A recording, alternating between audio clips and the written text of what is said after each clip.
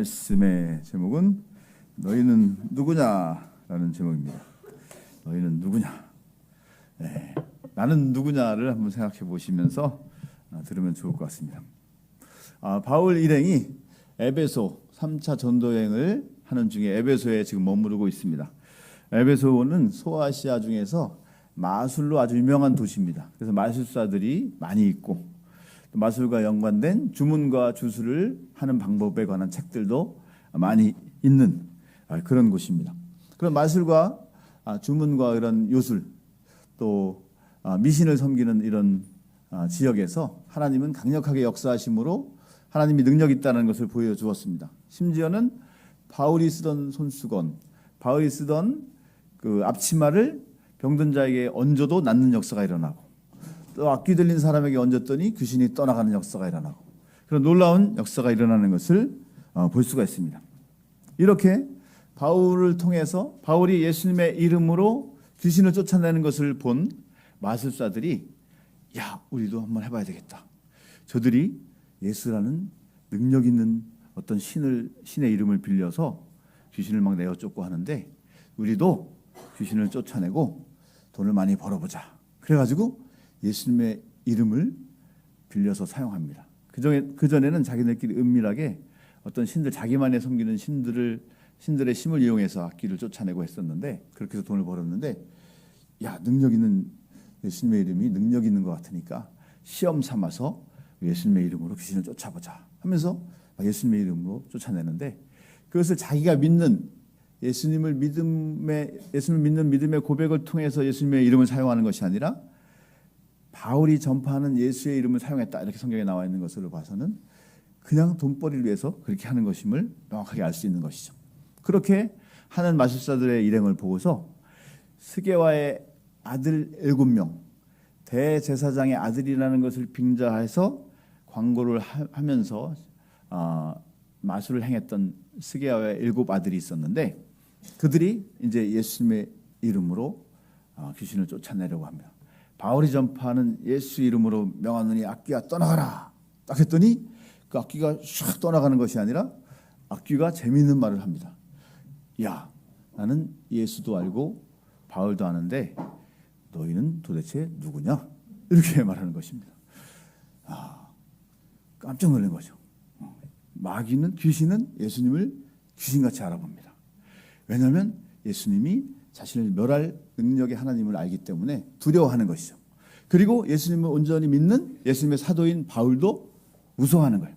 바울의 믿음과 능력으로 예수님의 이름으로 나아가는 그런 모습을 보면서 바울도 두려워하는데 도대체 너희는 어서 듣도 보지 못한 사람이 예수의 이름을 부르면서 귀신을 쫓아내겠다고 하느냐 하면서 갑자기 그 7 아들들 위에 올라타가지고 막 때리는 겁니다. 막 구타를 하는 거예요. 지금 막 소리가 막 어떻게 나냐면 뭐 이런 소리가 나는 거예요. 뭐 이런 소리가 그래가지고 얼어 터지고 막 피가 나고 눈이 다치고 막 더 이상 있다가는 죽을 것 같아요. 그래가지고 막 도망가는 거예요. 얼마나 정신없이 맞았으면 옷도 다 벗겨지고 옷을 벗은 채 도망가는 거예요. 얼마나 수치스럽고 얼마나 봉변을 당하고 얼마나 만신창이가 되어서 도망갔는지 모릅니다. 예수님의 이름을 함부로 사용하다가 예수님의 이름을 온전히 믿고 구원받는 이름으로 알고 예수님을 믿어야 되는데 예수님의 이름을 함부로 사용해서 돈을 벌어보겠다라고 하는 그 욕심이 잉태하니까 그런 어려움을 당하는 것이죠. 그런 봉변을 당해서 도망치는 것입니다. 그렇게 말씀 15절, 16절을 보면 그런 일이 생겼습니다. 네, 그렇게 상하여 벗은 몸으로 도망을 했어요. 그래서 이 이름은 도대체 무엇인가? 깜짝 놀란 거예요, 사람들이. 그래가지고 안 되겠다. 우리도 예수님을 잘 믿어봐야 되겠어. 그것을 지켜본 사람들이. 그러면서 회개하고 예수님의 이름을 높이고 자신이 가지고 있는 책을 다 불사르고 주님을 믿겠다고 고백하는 일들이 벌어지면서 에베소에 부흥이 일어난 그런 장면이 오늘 읽은 말씀인 것입니다. 여러분, 귀신들이 우리들의 믿음을 귀신같이 압니다. 우리가 예수님을 잘 믿고 있는지 아니면 믿는 척만 하는지 그것을 잘 알고 있습니다. 우리가 예수님을 믿는 척하면서 예수님을 믿는다는 구실로 무언가 이득을 취하려고 하는 것 귀신같이 알고, 이렇게 스게와의 7 아들들처럼 봉변을 당하는 것처럼 예수님을 믿는 척하다가 부끄러움을 당할 수가 있습니다. 더 나아가서는 주님 다시 오실 때, 또 우리가 죽음을 맞이할 때 예수님을 온전히 안 믿고 믿는 척하다가 봉변을 당하겠죠. 어떤 봉변을 당합니까? 생각하기도 싫은 무시무시한 봉변이 있는데 그것이 바로 지옥 불못에 던져져서 영원히 고통받는, 끝나지 않는 형벌을 받게 된다는 것이죠. 그렇게 여러분, 지난 시간에 예수 믿는 것이 어떤 건지 가르쳐 드리지 않았습니까? 입으로 예수님은 나의 주님이시다, 나의 왕이시다 고백하는 그런 고백이 있어야 된다. 시인이 있어야 된다. 예수님께 내가 그동안에 내가 왕으로 살았다고 하면 이제 예수님께 나의 왕관을 내어드리는 그런 것이 바로 예수님을 믿는 고백이라고 하는 것이죠. 이제 그런 고백을 하는 여러분 되시길 축복합니다. 그리고 예수님의 십자가의 죽으심과 부활을 믿는 믿음, 예수님의 십자가에 죽으신 것이 나의 죄를 위하여 죽었다라는 것이 믿어지는 것, 그 예수님이 부활하신 것처럼 나도 부활하여 영원히 새하늘과 새 땅에서 살아갈 수 있다는 것을 믿는 그 믿음이 마음에 있어지면 그것이 구원받는 믿음인 것입니다. 그것으로 인하여, 그 믿음으로 인하여 우리는 봉변을 당하지 않게 될 것입니다.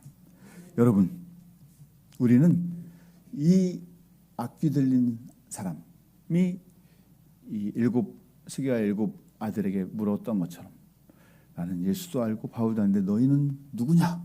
라는 질문에 대답할 수 있어야 됩니다. 나는 누구인가? 너희는 누구냐? 그러면 나는 글쎄요 잘 모르겠는데요. 그러면 곤란합니다. 네.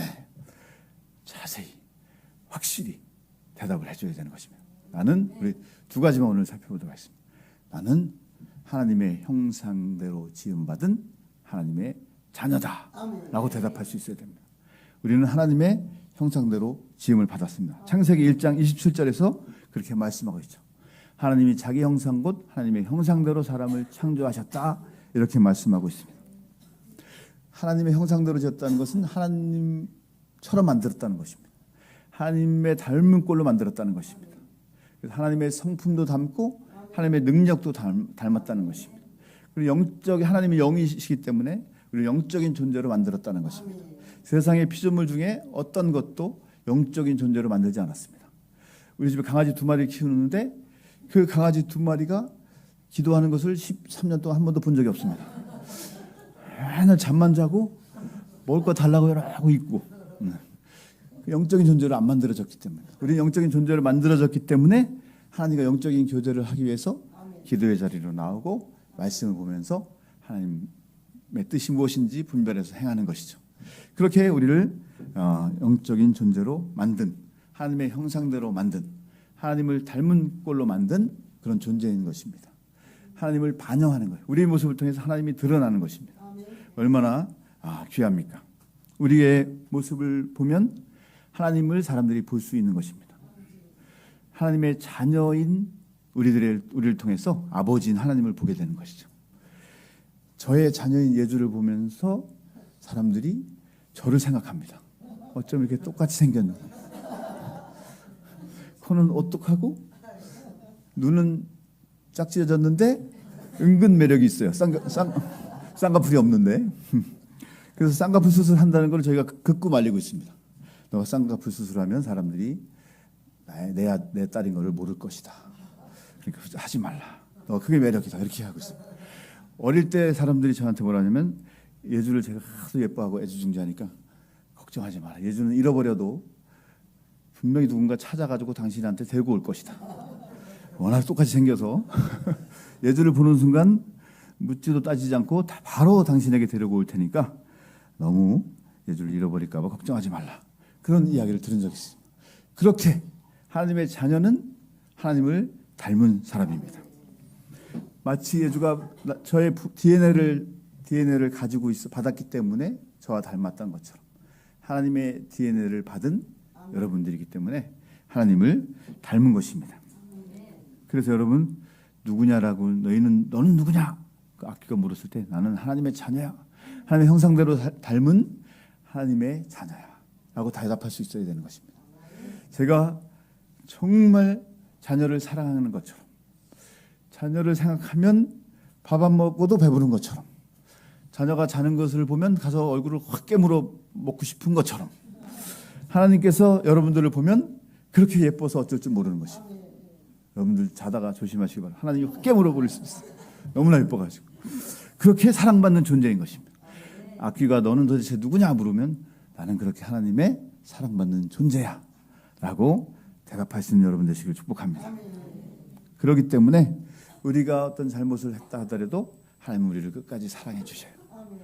자녀가 꽃병을 깨뜨렸다고 해서 너 호적에서 확 파버릴 거야 그렇게 말하는 부모 없지 않습니까? 아이고 실수를 했구나, 또는 의도적으로 깼으면 아유 너가 뭐가 화가 났나 보구나, 그렇게 마음을 살피고 도닥거려 주는 것이 부모의 마음이죠. 잘못했다고 제가 잘못했습니다, 용서해 주세요 하면 바로 용서해 주고 안아주는 것이 부모의 심정인 것처럼 우리가 하나님을 그렇게 사랑스러운 하나님, 나를 늘 품어주시고 나를 사랑해 주시고 예뻐해 주시는 하나님을 믿는 여러분 되시길 축복합니다. 두 번째로 너는 누구냐? 라고 물으면 나는, 우리가 잘 알고 있는 말이죠, 나는 예수님 짤이야 라고 답할 수 있어야 됩니다. 예수님 짤이야. 도대체 예수님 짤이라는 게 무슨 말이냐? 하나님이 나를 얼마나 사랑하시고 가치 있게 보시는지를 알려면 그분이 하나님께서 지불한 가치를 보면 됩니다. 하나님께서 지불한 가치는 뭐냐? 하나밖에 없는 예수님을 우리를 위해서 죽게 만드는 그런 가치, 그런 가치를 우리에게 주셨다라는 것이죠.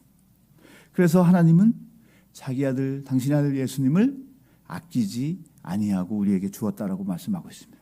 로마서 8장 32절. 자기 아들을 아끼지 아니하고 내어주셨다 이렇게 말씀하고 있어요.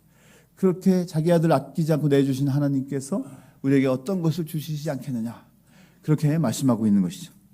그렇게 하나님께서 어떤 것도 나를 위해서 아까워하지 않습니다. 나를 위해서라면 예수님도 주셨는데 어떤 것을 아끼시겠습니까? 우리가 자녀들이 달라고 하면 아까워서 안 주시는 분 있습니까? 계란 후라이 하나가 있는데 자녀가 먹겠다고 하면 그것을 뺏어가지고 못 먹게 막 아끼면서 내가 먹겠다고 자녀의 입을 막 틀어막고 막 젓가락 싸움을 하는 그런 부모들은 없겠죠. 그래 너가 먹어라. 아끼지 않는 것입니다. 하나밖에 없어도. 그렇게 내 목숨까지도 자녀를 위해서 줄 수 있다면, 그래서 살릴 수 있다면 기꺼이 주는 것이 부모의 마음인 것이죠. 바로 하나님께서는 그렇게 예수님을 아끼지 아니하고 우리를 위해서 주신 분이십니다.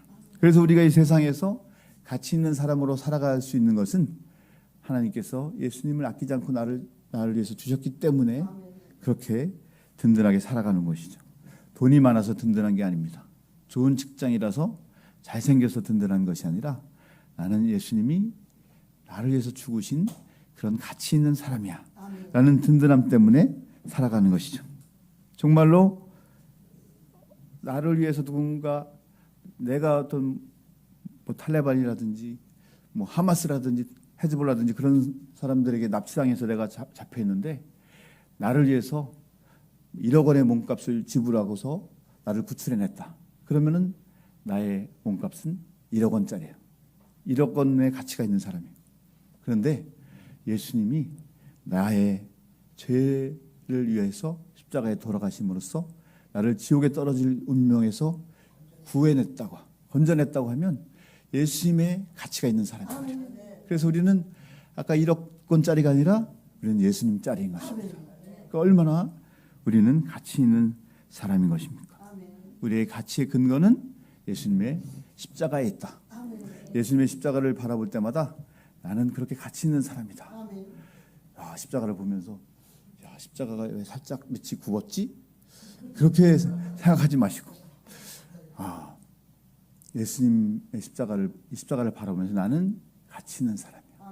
저 십자가는 신재영 권사님 남편 되시는 장로님께서 깊은 산속에 가서 나무를 직접 베어가지고 쪼개가지고 깎아가지고 사포로 밀어가지고 리스치를 해가지고 가져온 십자가입니다. 골고다 언덕을 올라가는 심정으로 산에 올라가서 만들어 온 거예요. 그렇게 이제 정성이 어린 십자가인데, 그래서 이제 저렇게 가치 있게 달아놨어요. 그것보다 더 가치 있는 예수님의 나를 향한 사랑을 이 십자가를 통해서 발견해야 되는 것이죠. 나는 가치 있는 사람이다. 나는 예수님 짤이다. 그런 여러분 되시기를 축복합니다. 우리는 하나님의 형상대로 지음을 받았으면, 또한 예수님 짤이라는 가치 있는 사람이라고 하면, 이제 하나님의 성품을 닮아서, 하나님의 능력을 닮아서 세상 가운데 승리하면서 살아갈 수 있는 것입니다. 이제 열등감, 어떤 시기 질투, 연약함, 자존감이 결여된 그런 삶을 살았다고 하면, 이제 나는 하나님의 자녀야, 하나님의 형상을 닮은 자녀야, 나는 예수님 짤이야라는 그런 자부심으로 살아가는 여러분 되시길 축복합니다. 정말 그렇게 예수님 짤이라는 가치를 가지고 살면 나의 모습은 의도적으로 변하려고 하지 않아도 저절로 변해져요. 내가 가치로운 사람이라고 여긴다면. 이런 사건이 있었어요. 수십 년 전의 일이었어요. 어떤 아프리카의 아주 산속 깊은 마을에 의료 봉사를 갔던 어떤 의사분이 있었습니다. 그 의사가 그 마을을 이렇게 살펴보는데, 그 마을의 풍속은 뭐냐면, 아내를 얻기 위해서는 암소 2-3마리를 그 가정에 선물을 갖다 주고 아내를 데려오는 그런 풍습이 있었어요. 그래서 아무리 부자라도 암소 5마리 정도 이렇게 갖다 주는 것을 본 적이 있는데, 어느 날 딱 봤더니 추장의 아들이 암소 12마리를 끌고 어딘가로 가고 있는 것입니다. 도대체 암소 12마리를 끌고 가다니, 그 암소 12마리를 선물로 받을 그 여인은 얼마나 대단한 사람이길래 저렇게 많은 소를 끌고 갈까? 사람들이 관심이 있어가지고 유심히 지켜봤죠. 그랬더니 도착한 곳을 보니까 다 쓰러져가는 초가집에 아주 볼품없는 여인에게 청혼을 하면서 그 여인을 암소 12마리를 주고서 데리고 오는 것입니다. 사람들은 깜짝 놀랐죠. 와, 대단하다. 그 일이 있은 후에 그 의사인 선교사님이 오랜 세월 후에 그 마을을 다시 한번 찾아가 봤더니 그 추장의 부인인지 못 알아볼 뻔했어요. 그렇게 초라하고 볼품없었던 그 여인이 얼마나 세련되고 교양이 있고 아주 아프리카 사람이 영어를 얼마나 잘하는지 하와이유 그러면서 인사를 막 하는 겁니다. 그래가지고 깜짝 놀라서 도대체 이분이 어떻게 이렇게 세련되고 멋있어졌을까 생각해봤더니 그때 그렇게 12마리의 세상 마을 사람들이 상상도 못했던 그 12마리의 가치를 주고 데려온 자기 자신에 대한 그 가치에 대해서 생각하면서 살다 보니까 자기도 모르게 그 추장이 열심히 공부해, 열심히 갖고 협박하지 않았는데도 스스로 자기가 그런 존재로 변해버렸다는 것을 알게 되었다라고 하는 것이죠. 여러분이 그렇게 예수님 짤이라고 하면, 예수님의 가치를 주고 내가 구원받은 사람이라고 생각하면 우리가 스스로 저절로 그렇게 변해져 가는 것을 볼 수가 있습니다. 애쓰고 수고하지 않아도 성령님께서 우리를 그렇게 놀랍도록 변화시켜 주실 것입니다. 그렇다면 우리는 누구인가? 라는 것을 안 우리들은 어떠한 삶을 살아가야 될지 본문을 통해서 살펴보도록 하겠습니다. 이 마귀의 이 사건, 스가랴의 엘고바들이 그렇게 봉변을 당했던 사건들을 접한 에베소의 성도들은, 에베소의 사람들은 변화되기 시작했습니다. 어떻게 변화되었냐? 17절 보면 에베소에 사는 유대인과 헬라인들이 다 이 일을 알고 두려워하며 주 예수의 이름을 높이고, 주 예수의 이름을 높이는 사람으로 변화되었습니다.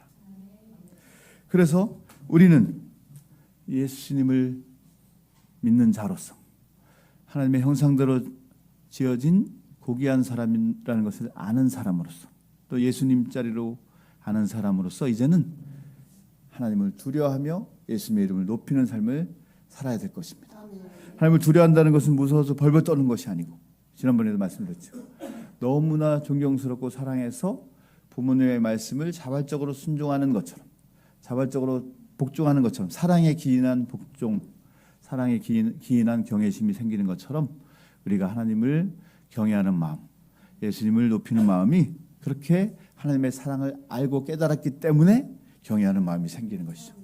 그런 삶 가운데 주님을 경외하는 여러분 되시기를 축복합니다. 두 번째로 자신이 은밀하게 행한 죄를 고백하기 시작했습니다. 18절 믿은 사람들이 많이 와서 자복하여 행한 일을 알리며 그들이 자복하면서 행한 일을 알리기 시작합니다. 믿는다고 하면서 몰래 마술사에게 찾아가서 미신과 주술의 힘을 빌렸던 것도 회개하고 또 예수를 믿으면서 알게 모르게 지었던 아무 감각 없이 지었던 죄들도 자복하고 또 죄로 인해서 하나님과의 관계가 서먹서먹해졌었는데 죄를 자백함으로 하나님과 관계가 회복되어지는 일들이 일어났다는 것이죠. 죄를 지으면 하나님을 두려워하게 됩니다. 숨게 됩니다. 하나님과 관계가 멀어지기 시작해요. 우리는 영적인 존재로 지음받았기 때문에 성령님이 우리 안에 예수님께서 가시면 성령님 우리 안에 보내주셔서 영적인 교제를 하도록 지어졌는데 제가 그것을 가로막습니다. 제가 어렸을 때 45년 전 일이었어요. 제가 어렸을 때 불장난을 쳤습니다. 옆집에 우리 어머니도 아마 기억하실지 몰라요. 옆집에 사슴을 치는 어떤 아저씨가 있었는데 사슴을 먹이기 위해서 칡넝쿨을 여름 내내 뜯어가지고 칡넝쿨을 사슴이 좋아하나 봐요. 그래서 막 칡넝쿨을 뜯어가지고 뭐 이만하게 막 키보다 높은 그런 낫가리라고 하죠. 낫가리 그것을 쌓아놨어요. 그 옆에서 친구들하고 불장난을 하다가 불이 휙 붙어가지고 그 여름 내내 해놓았던 그 잘 마른 칡넝쿨을 다 태워버렸어요. 그래가지고 친구들하고 냅다 도망을 갔는데 난리가 났죠. 그 아저씨는 여름 내내 땀 흘리면서 네. 네, 지금 전혀 다른 말씀을 지금 하시는 것 같습니다. 네. 그래서 이제 막 도망갔어요. 막 도망갔는데 저녁이 되고 밤이 됐는데 집에 못 들어가는 거예요. 혼날까 봐. 죄를 지어가지고 집에 못 들어가는 겁니다. 밤에 방황하고 친구들은 이제 같이 있다가 이제 각자 어떻게 해야 되겠다 집으로 흩어졌는데 다른 친구는 어떤지 모르겠지만 저는 집 앞에서 들어가지 못하고 죄를 지어서 이렇게 엄청나게 오랫동안 있었어요. 아버지가 이제 안 들어오니까 대문을 잠그고 이렇게 나와 보니까 문 밖에서 실에 빠져 있는 아들을 발견하고 들어와라, 들어와라, 용서해줄게 하면서 이렇게 손을 잡아서 이끌어오는데 와 살았다. 아버지 잘못했습니다. 이렇게 했더니 괜찮아. 어떻게 하겠니? 다 타버린 거. 그러면서 이제 용서를 해주셨어요. 그래서 이 두려움, 무서움이 사라졌어요. 아버지와의 관계가 아버지를 만날 자신이 없었는데 아버지 관계가 회복된 거예요. 그렇게 죄를 지으면 나도 모르게 어린아이가 부모를 피하고 숨는 것처럼 우리가 죄를 지으면 자꾸 하나님을 멀리하게 되고 하나님 뜻대로 안 사는 내 자신이 부족하다는 느낌이 들어서 하나님께 가까이 나오지 못하고 기도의 자리에 나오지 못하는 것을 볼 수가 있죠. 그래서 하나님과 친밀한 관계를 우리가 가지려면 이렇게 죄를 자복하고 나의 행한 일을 하나님께 알리는 일이 계속 있어져야 되는 것입니다. 그래서 관계가 회복되어지는 거예요. 우리가 죄를 지었다고 해서 우리가 예수님 믿고 구원받는 것인데 죄를 지었다고 해서 우리가 구원을 빼앗기는 것은 아닙니다. 그렇다고 해서 마음껏 죄를 지으라는 것은 아니에요. 구원파처럼. 그러나 우리는 하나님과 관계의 친밀함을 회복하기 위해서 날마다 죄를 고백하면서 나와야 된다는 것이죠. 우리가 죄의 종에서 하나님께서 우리를 택하셔서 예수님의 십자가 공로로 인해서 하나님께서 양자로 삼아주셨다고 하면 그 양자에 걸맞는 행동을 해야 되는데 죄의 종된 모습으로 자꾸 돌아가면 안 되는 것처럼 자꾸 주님 앞에 자복하고 행한 일을 알리는 여러분 되시길 축복합니다. 그래서 친밀한 교제를 나누는 여러분 되시길 축복합니다. 숨지 않는 여러분 되시길 축복합니다. 교회 안 나오면 숨은 줄 제가 믿고 네, 그렇게 주님과 관계를 회복하는 여러분 되시길 축복합니다. 마지막으로 마술책과 같이 자기가 가치 있게 여겼던 것을 태워버렸습니다. 에베소 성도들은 마술책을 많이 가지고 있었어요. 마술을 19절에 보면 마술을 행하던 많은 사람이 그 책을 모아 가지고 와서 모든 사람 앞에 불사르니 그 책값을 계산한즉 은 5만이나 되었더라. 마술을 행하던 수많은 사람들이 에베소에 있었는데 그 사람들이 책을 가지고 와서 태워버리는 것입니다. 그 당시 책이 비쌌어요. 그리고 구하기가 힘들었죠. 그리고 또 은밀하게 그것을 가지고 그 나만의 비법을 사용하는 아주 내어놓기 힘든 거예요. 어떻게 보면 생계를 위해서 생명같이 여기던 그 책입니다. 그 책을 참고하면서 주문을 외우고 주술을 하는 방법을 터득했던 책인데 그것을 사람들 앞에 다 내어놓고 불태우는 것이죠. 그 책값을 계산하니까 태운 그 가져온 책값을 다 계산해봤더니 은 5만이나 되더라. 은 5만이 얼마냐면 은 1이 은 1드라크마라고 하는 것인데 1데나리온이라고 하는 것인데 노동자 하루 품값이에요. 품값. 그럼 은 5만이라면 노동자 5만 일의 품값이죠. 노동자 5만 명의 품값을 모은 것입니다. 요즘에 일당을 10만 원으로 친다 하더라도 적게, 그래서 보통 13만 원, 15만 원 하지 않습니까? 요즘 일당을 10만 원으로 잡았다 하더라도 50억이에요. 50억 원어치 책을 갖다 놓고 다 불살라 버린 것입니다. 얼마나 아깝겠습니까? 그러나 주님 앞에 이것은 아무것도 아니다. 내가 그동안에 잡고 있던 이것은 태워져 버리면 끝이다. 이게 무슨 소용인가? 주님 예수 그리스도 이름으로 구원받는 것, 그것을 생각하면, 내가 가치롭게 된 것 생각하면, 예수님의 가치와 같아진 것을 생각하면 내가 가치롭게 여겼던 것이 아무것도 아닌 것이죠. 그래서 불살라 버릴 수 있었던 것입니다. 내가 그동안에 잡고 있었던 어떤 것이 있다면 불태워버린 여러분 되시길 축복합니다. 내가 자존심을 가지고 어떤 자존심 지키면서 이것은 놓지 못하고 있었던 것이 있다면 불태워버리시고, 미움과 분노가 있어서 그 사람을 미워하고 분노는 나는 다른 건 다 용서해도 그 사람만큼은 용서하지 못하겠다라고 혹시 가지고 있었던 것이 있다면 다 불태워버리시는 여러분 되기를 축복합니다.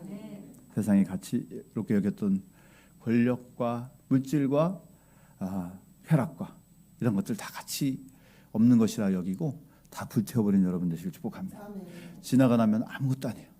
우리가 귀중하게 여겼던 것 주님 앞에 서면 다 내가 불타 없어질 것을 쫓아왔구나, 다 사라질 것을 쫓아서 지금 평생 동안 살다가 내가 왔네, 그런 후회가 들 것입니다. 영원히 남지 않는 주님을 위한 사랑과 헌신의 마음을 우리는 붙잡고 나아갈 때 우리가 어떤 것이든 다 태워버릴 수 있는 것이죠.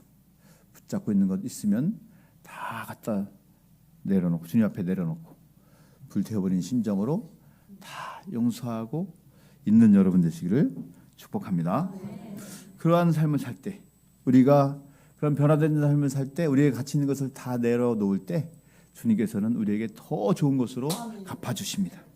우리가 버린 것보다 더 큰 복으로 우리에게 베풀어 주시는 분이신 것입니다. 에베소의 부흥의 모습을 보면 우리는 알 수 있지 않습니까? 그렇게 주님께 다 내어놓았더니, 주님을 위해서 헌신을 결단하였더니 20절 이와 같이 주의 말씀이 힘이 있어 흥왕하여 세력을 얻으니라. 흥왕했다는 것입니다. 주의 말씀이 흥왕했다는 것입니다. 우리의 삶도 복음으로 인하여 흥왕하게 될 줄 믿습니다. 흥왕하는 여러분 되시길 축복합니다. 말씀의 결론을 맺겠습니다. 우리가 날마다 삶 가운데 나의 정체성을 돌아보시기 바랍니다. 귀신이 너는 누구냐라고 물어볼 때, 세상 사람들이 너는 누구냐라고 물어볼 때, 나는 하나님의 형상을 닮은 하나님의 자녀야, 하나님의 DNA를 가진 하나님을 닮은 존재야, 하나님의 자녀야 라고 담대하게 말할 수 있는 여러분 되기를 축복합니다. 나는 예수님 짤이야. 예수님의 가치로 나를 바꿔준 그런 예수님과 같이 가치 있는 사람이야 라는 그런 자부심으로 사는 여러분 되시길 축복합니다. 그런 정체성을 알았으면 이제 주님을 사랑하는 마음을 통해서 우러난 경외심과 주님을 높이는 마음, 그리고 날마다 나의 죄를 자복하며 주님과 친밀한 교제를 나누는 삶, 그리고 세상에 가치 있는 어떤 것들을 다 불태워버리고 주님만을 위한 가치를 드리는 여러분 되기를 예수님으로 축복합니다. 기도하겠습니다.